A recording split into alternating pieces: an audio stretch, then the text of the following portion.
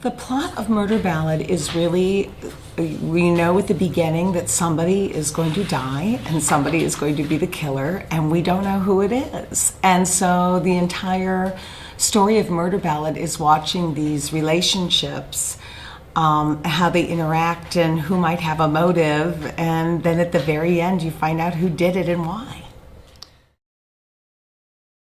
We are doing it as immersive theater, as it was done in New York originally, meaning the audience is interspersed with the action. So that's the sort of hot new theater form in New York. I went to 5 different immersive theater productions this past year to try to get a sense of it, and it's a very different experience. You are literally having scenes played around you and over you, and it's a different kind of way of watching theater, because you're not just watching, you're in the middle of it.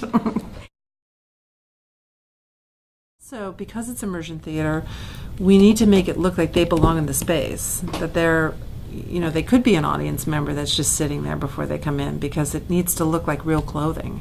So that's the challenge with immersion theater, because they come out of the audience and perform this piece. But they're also performing, and so you also have to be aware of the fact that they're performing, and you don't want them to be uncomfortable in what they're wearing. This is the first immersive theater being done in the Cleveland area. So Murder Ballad is a little different than choreographing for other musicals that I've worked on. There's no big elaborate dance numbers. Mainly the choreography I would consider to be staging for Murder Ballad, meaning it has to take the plot line forward. There's not big, fancy, splashy dance numbers. It has to tell the story even more so than through a big number.